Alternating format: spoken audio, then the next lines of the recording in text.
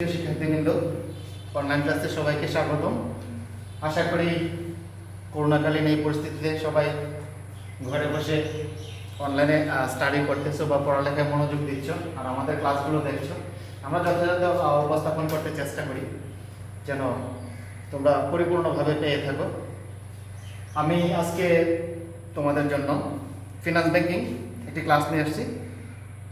আর আমাদের এসএসসি পরীক্ষার্থীদের জন্য সিলেবাসটা শর্ট, ফিনান্স ব্যাংকিং থেকে ষষ্ঠ অধ্যায়টা নাই।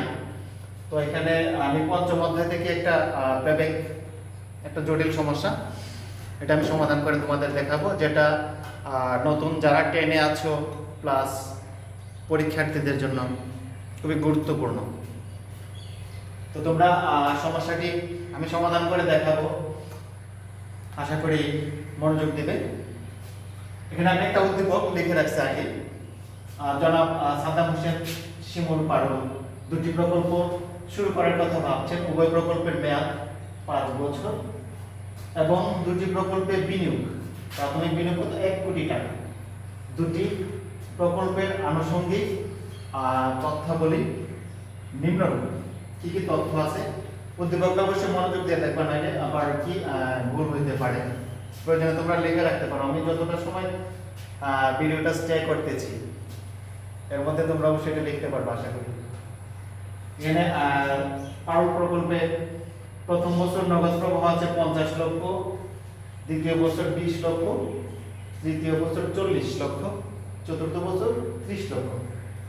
ঠিক এমনই ভাবে শিমুল প্রকল্পে 60 লক্ষ টাকা আছে, 20 লক্ষ টাকা আছে দ্বিতীয় বছরে, তৃতীয় বছরে 50 লক্ষ টাকা, চতুর্থ বছরে 30 লক্ষ টাকা।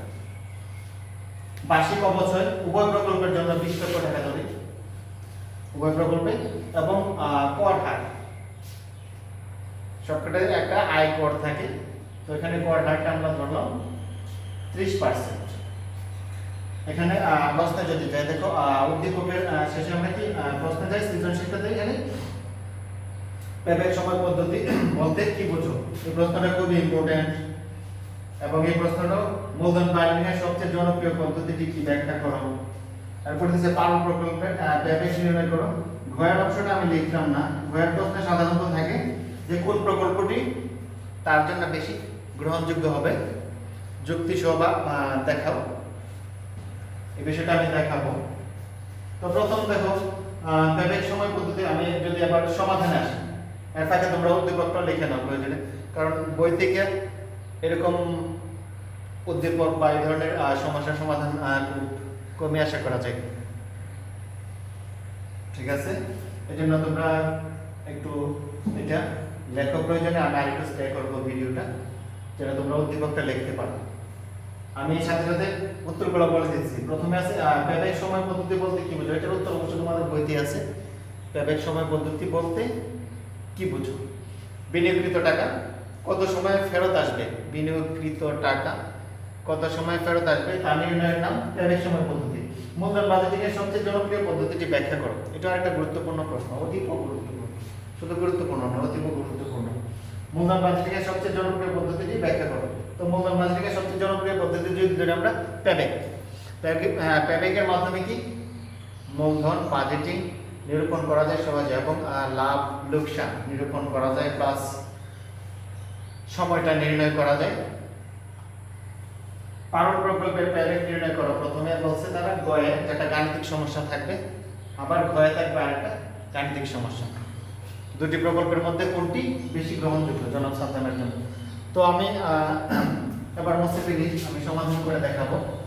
এখানে একটা বিষয় লক্ষ্য করা যায়, দুই ধাপ পদ্ধতিতে এই সমস্যাটা সমাধান করতে পারবো। দুইটা পদ্ধতিতে, একটা 8 কলাম পেব্যাক, যেটা আমরা এটাই সহজ মনে করি, আর একটা হচ্ছে আগে নিট মুনাফা বের করে অবশ্যই যোগ দিয়ে। এটাতে আবার 2 স্টেপের হয়ে যায়, অনেক বড়। আর যদি আমি 8 কলামে পেব্যাকটা করি তাহলে অনেক সহজ হয়ে যায়। 8 কলামে পেব্যাকটা করলে খুব তাড়াতাড়ি হয়ে যায়। আর যদি দুইবারে করো, আগে নিট মুনাফা বের করে, যেমন আমরা গড় মুনাফার হার পদ্ধতি বের করতে গেলে প্রথমে কি নিট মুনাফা বের করি, তো এই ক্ষেত্রেও আগে নিট মুনাফা বের করা যায়, তারপর কি নিট মুনাফার সাথে অপচয় যোগ দিয়ে নেট মুনাফার সাথে অপচয় যোগ করে নগদ প্রবাহ বের করা যায় এবং ওই নগদ প্রবাহ থেকে পেব্যাক নির্ণয় করা যায়। এটা 2 স্টেপ। আমি যেটা করতে চাচ্ছি এখন এটা 8 কলাম দিয়ে করব যাতে একবারই হয়ে যায় আর দ্বিতীয়বার করতে হবে না। এই জন্য আমি 8 কলামের ব্যবস্থাটা করলাম বা চিন্তাটা করলাম, যেটাতে তোমাদেরকে সহজভাবে করা সহজ হবে। এর জন্য আমি ঘর ওইদিকে যত বছর আছে তার থেকে 2টা ঘর বেশি দেবো, নাম লিখতে হবে, শিরোনাম লিখতে হবে। বছর আমার 4টা, তাহলে এখানে আমি ঘর দেবো 4টা, 4টা না 6টা, বছরের পর 4টা আর 2টা শিরোনামের ঘর। শিরোনাম 2টা থেকে আমি দেখাবো, এটা একটা সহজ উপায়। তাহলে আমি 4 বছরের জন্য এখন দিয়ে দিই। প্রথম বছর, দ্বিতীয় বছর,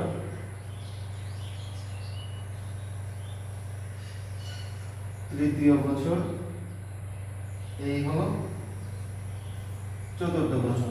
আবার আমি এটাকে 8টা করবো, 8টা ভাগে ভাগ করবো। তো এটা যদি আমি বছরের জন্য রাখি, এটা সাধারণত ছোট হলে চলে। তারপর এখানে দেবো আমি নগদ প্রবাহ, তারপর দেব অপচয়, এটা হবে কর পূর্ব মুনাফা, এটা হবে কর, এটা হবে কর পরবর্তী নগদ প্রবাহ, এটা হবে নিট নগদ প্রবাহ, এটা হবে ক্রমযোজিত। ঠিক আছে, আমি তাইলে আগে নামগুলো লিখে নিই। এটা দেব গড়ের সিরিয়ালটা, এটা 1 2 3 4 5 6 7 8। এই ঘরের সিরিয়ালটা কেন দিচ্ছি তার একটা হিসাব আছে, পরে দেখো অবশ্যই এটা ম্যাজিকের মতো। তো আমি যদি এটাতে লিখি শিরোনাম, এবার বছর, এটা কি নগদ প্রবাহ, নগদ প্রবাহ শর্ট করে আমি দেই, যেহেতু পরবর্তীতে তোমাদের কাজে লাগবে। যারা পরীক্ষার্থী আছো পরবর্তীতে বলতে উচ্চ মাধ্যমিক শ্রেণীতে বা অনার্সে অবশ্যই এটা কাজে লাগবে। শর্ট যদি আমরা নগদ প্রবাহকে আমরা শর্ট করে ক্যাশ ফ্লো বা আমরা এখানে সিএফ লিখতে পারি, তোমাদের জন্য এটা সিএফ লিখে দিলাম, এখানে সিএফ লিখতে পারি। তারপরে অবচয়, তারপরে এটা কি অবচয়, অবচয় মানে ডেপ্রিসিয়েশন, ডেপ্রিসিয়েশন ডিই হবে ডেপ্রিসিয়েশন। তারপর এখানে আছে কর পূর্ব, কর পূর্ব নগদ প্রবাহ, নগদ প্রবাহ, এটাকে আমরা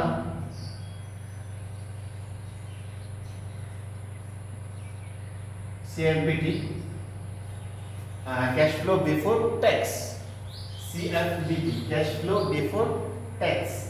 তারপরে নেব আমরা 5 নম্বরে কর, কর মানে কি, কর আছে 30%, কর কত আছে 30%, 30% আমি উপরের ঘরে দেখাই সহজ হবে। তো এটা মানে কি ট্যাক্স, এটা ট্যাক্স। তারপরে হবে কর পরবর্তী, এটা কি কর পরবর্তী, পরবর্তী হ্যাঁ কর পরবর্তী, পরের ঘরটাতে আমি এভাবে দেখাবো না, এখন জাস্ট একটু দেখো। কর পরবর্তী নগদ প্রবাহ, CFAT, cash flow after tax, cash flow after tax.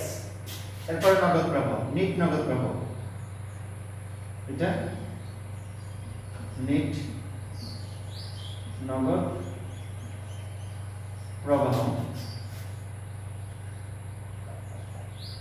ঠিক আছে, তো এটা আমরা জাস্ট আবার ক্যাশ ফ্লো লিখতে পারি, NCF মানে নেট ক্যাশ ফ্লো।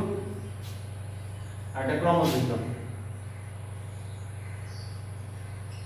ক্রমযোজিত নগদ প্রবাহ, এটা খুব সহজ। তোমরা পরিসংখ্যানে যেরকম ফ্রিকোয়েন্সি করো, ক্রমযোজিত নগদ প্রবাহ cumulative frequency, CMF, cumulative frequency অথবা ক্রমযোজিত নগদ প্রবাহ। তাহলে আমি বছরটা লিখে নেই, প্রথম বছর। এখানে আমরা লিখব কি পারুল, এটা কি পারুল প্রকল্পের নগদ প্রবাহ,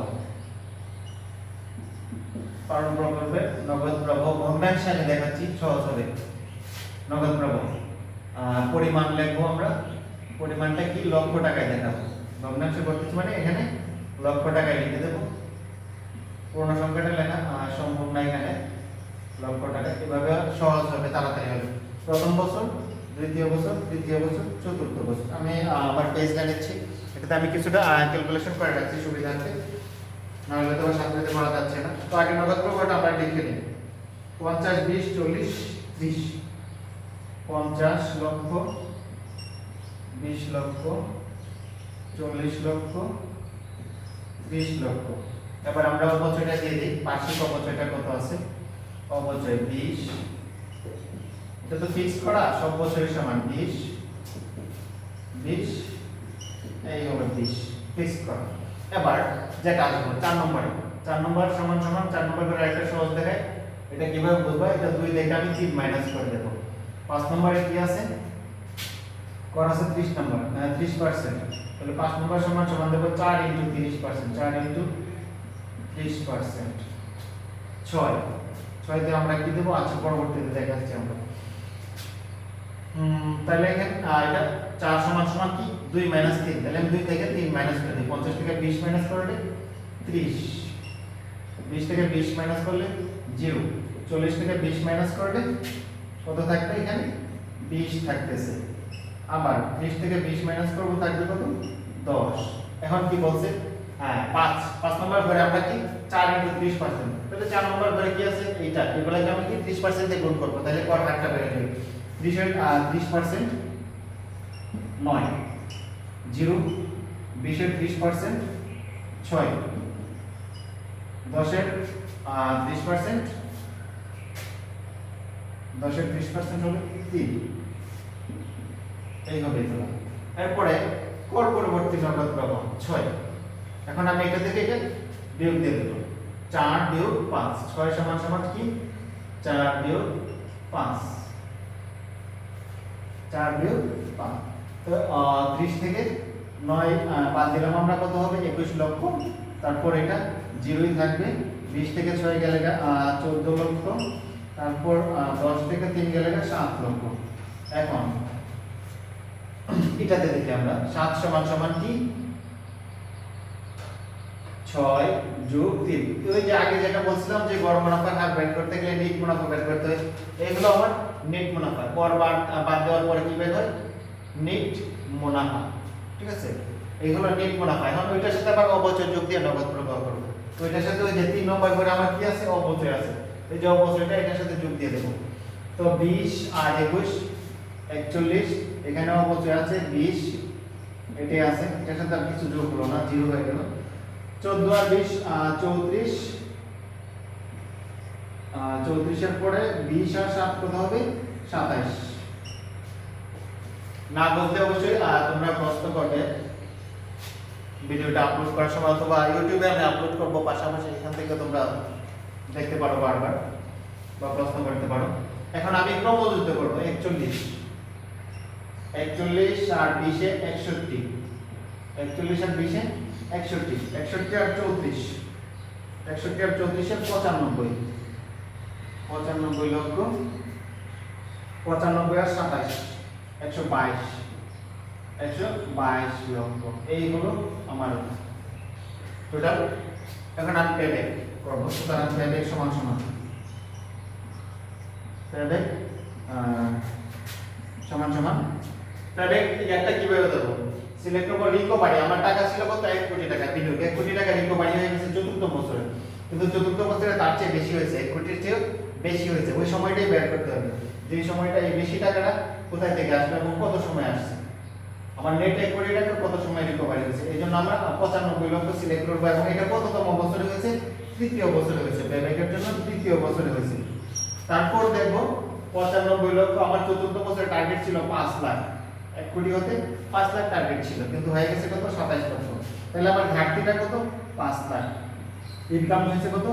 27 লক্ষ টাকা। তাহলে এখান থেকে আমি বাড়তি সময়টা পেয়ে যাব। 3 বছর প্লাস এটা, এরপরে কত হয়? 0.185 5 যেহেতু আছে আমরা এটাকে 8 এর পরিবর্তে 9 দিতে পারি। 3 যোগ 0.19 বা 3.19 বছর। এটার উত্তরটা কি হচ্ছে তাহলে? পারুল প্রকল্পের পেব্যাক সময়, পারুল প্রকল্পের জন্য পেব্যাক সময়টা কত হচ্ছে? 3.19 বছর। এই গেল গয়ের সমাধানটা, গয়ের জন্য যেটা। এবার আমরা ঘয়ের প্রশ্নে, ঘরটার নাম হচ্ছে, আমি জাস্ট ফিগারগুলো মুছে ফেলি তাহলে অনেকটা সহজ হবে। ফিগারগুলো মুছতে আমি অবচয়টা রেখে দেবো, যেহেতু দুই প্রকল্পেরই অবচয় সমান 20 লক্ষ টাকা। আমি ফিগারগুলো জাস্ট মুছে দিছি, ঘরটা থাকলে হয়তো তোমাদের দেখতে সুবিধা হবে। আবার নতুন করে ঘর করতে গেলে সময়ের ব্যাপার আছে, সেজন্য আমি ফিগারগুলো মোছা বেশি কঠিন কিছু না, এটা আমি মুছে দিলাম। ঠিক আছে, পরবর্তীতে আসবে কি পারুল। তো এখানে আমি পারুল প্রকল্প লিখে দিই। পারুল করে ফেলছে, এখন হবে শিমুল, এখন হবে শিমুল। তো আমরা এখান থেকে একটা করে একটু জায়গায় লিখে ফেলি। নগদ প্রবাহটা কত ছিল? 60 30 50 30। 60 লক্ষ, 30 লক্ষ, 50 লক্ষ, আবার 30, আবার 30। এখন কি বিয়োগটা দিয়ে ফেলবো? বিয়োগটা দিয়ে ফেলবো মানে 60 থেকে এটা 2 থেকে 3 মাইনাস 60 থেকে 20 গেলে থাকে কত? 40। 60 থেকে 20 এ থাকে 40, 30 থেকে 20 এ গেলে থাকে 10, 50 থেকে 20 গেলে থাকে 30 লক্ষ, 30 থেকে 20 গেলে থাকে 10 লক্ষ। এবার কি করব? আমরা ট্যাক্স করব, করের হারটা বাদ দেব। তো আবার 4 × 30%, 40 এর 30%, 40 টাকা 30% 12 লক্ষ, 10 এর 30% 3 লক্ষ, 30 এর 30% 9 লক্ষ, 10 এর 30% আবার 3 লক্ষ। ঠিক আছে, আবার 3 লক্ষ। হ্যাঁ, আবার 4 বিয়োগ 5, 4 থেকে আমরা 5 বিয়োগ করি, 20 থেকে 40 থেকে 12 গেলে কত থাকে? 28, 40 থেকে 12 28, 10 থেকে 3 গেলে 7, 30 থেকে 9 গেলে 21, আবার এখানে 10 থেকে 3 গেলে 7, 7 লক্ষ। এবার কি করব? যোগ করব। 28 সাথে অবশ্যই ছিল কত? 20 লক্ষ, 28 আর 20 এ কত? 48 লক্ষ। অবশ্যইটা আমরা যোগ দিই, আবার এটাতে 20 লক্ষ যোগ করলে কত হবে? 27 লক্ষ। আবার এটাতে 20 লক্ষ যোগ করলে কত হবে? 41 লক্ষ। আবার এটাতে 20 লক্ষ যোগ করলে হবে সেম 27 আগের মতো। এখন এটাকে ক্রমযুক্ত করি, আমি আগে 48 লিখি, 48 লক্ষ যোগ 27 লক্ষ কত হয়? 48 এর সাথে 75 লক্ষ, 48 এর সাথে 75, 75 আর এখানে আছে 41। এটা আমি একটু যোগ করেছিলাম আগে সুবিধার্থে। সরি, 41 আর 75 এ হবে 1,16,000, 1,16,000 না, 1,16,000, 116 কোটি। তারপর হবে এটার সাথে এটা 27 যোগ দিলে 143 লক্ষ, 143 লক্ষ। যেহেতু লক্ষ টাকা আমি বলছি, পরিমাণটা কি লক্ষ টাকা না, যা আছে সব লক্ষ টাকা। এবার পেব্যাকে আসি। সুতরাং পেব্যাক, সুতরাং পেব্যাকটা আমরা দেখে নিই। তাহলে আমার রিকভারি হয়েছে কত? তৃতীয় বছর। আমি রিকভারি হওয়ার আগের বছরটা ধরবো, যেহেতু আমার বিনিয়োগ ছিল কত? 1 কোটি টাকা, এখানে 1 কোটি টাকা রিকভারি হয়ে গেছে এই বছরে। তো আমি পেব্যাকের বেলায় বছরটা ধরবো কত? রিকভারি হওয়ার আগের বছরটা। রিকভারি হওয়ার আগের বছরটা কত? দ্বিতীয় বছর। দ্বিতীয় বছরে 75 লক্ষ, দ্বিতীয় বছর প্লাস দ্বিতীয় বছরে কত? 75 লক্ষ। ঘাটতি ছিল কত? 25 লক্ষ টাকা। তৃতীয় বছরে আয় 41 লক্ষ। এই থেকে পেব্যাকটা বার করা সহজ। আমাদের বইতে যেভাবে এলসিও ও ডি লেখা আছে, অনেক কঠিন ব্যাপার, তো এটাই সহজ হবে তোমাদের জন্য। 2 যোগ এটা দিয়ে ভাগ করলে কত হয়? 25 ভাগ 41, আমাদের করতেছি 0., যেটা ভাগ করলে হবে 0.609, বা এটাকে আমি লিখতে পারি 2 যোগ এটাকে 609 যেহেতু আছে 9 আছে এখানে, শূন্যর পরিবর্তে আমরা 1 নিতে পারি। 6.61 এখানে বাকি লিখতে পারি আমরা পেব্যাকটা 2.61 বছর। এই হলো পেব্যাক, এটা কি শিমুল প্রকল্পের পেব্যাক 2.61। আগে পাউডার পেব্যাক সময়টা ছিল 3.19। তাহলে পেব্যাকের ক্ষেত্রে যেটা সময় কম সেটাই বেশি গ্রহণযোগ্য। এটা মুছে ফেললাম।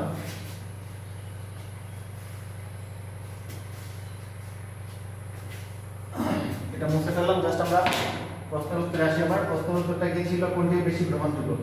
তাহলে এখানে কি পারুল প্রকল্পের পেব্যাক, পারুল প্রকল্পে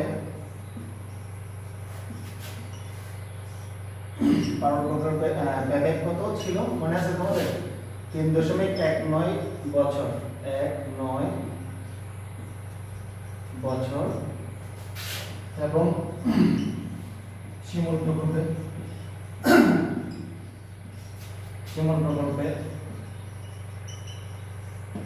2.61 বছর।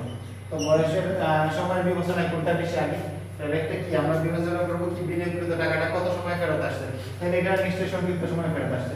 যেখানে এটা 3 বছরের বেশি সময় লাগে, এটা 2 বছর থেকে কিছু বেশি, 2.5 বছর থেকে একটু বেশি। তাহলে আমার কি শিমুল প্রকল্পটি বেশি গ্রহণযোগ্য? তাহলে উত্তরে কি লিখবো আমরা? এখানে দেখা যাচ্ছে যে জনাব সাদ্দাম হোসেনের পারুল প্রকল্পের পেব্যাক সময় 3.9 বছর, 19 বছর, এবং শিমুল প্রকল্পের পেব্যাক সময় 2.61 বছর। সুতরাং সময়ের বিবেচনায় শিমুল প্রকল্পটি তার জন্য বেশি গ্রহণযোগ্য। আশা করি বুঝতে পারছো, ঠিক না? তো মুছে ফেলে আমি সমস্যাটা একটু ভালো করে দেখবা, এবং এইভাবে করলে সহজ হবে। যদি আমরা আগে নেট মুনাফা বের না করে এইভাবে করি তাহলে অনেক সহজ হবে। 8টা কলাম দিয়ে করলে অনেক সহজ হবে। তো পরবর্তীতে আবার নতুন কোনো সমস্যা নিয়ে আসবো। এ পর্যন্ত ভালো থাকো সবাই। আর কিছু কথা বলি তোমাদের উদ্দেশ্যে, এখনো যেহেতু লকডাউন চলতেছে, তো সবাই ঘরে থাকো, অনলাইন ক্লাসে মনোযোগ দাও, আর বাইরে গেলে অবশ্যই মাস্ক ব্যবহার করো। সবাই সুস্থ থাকো, বাই।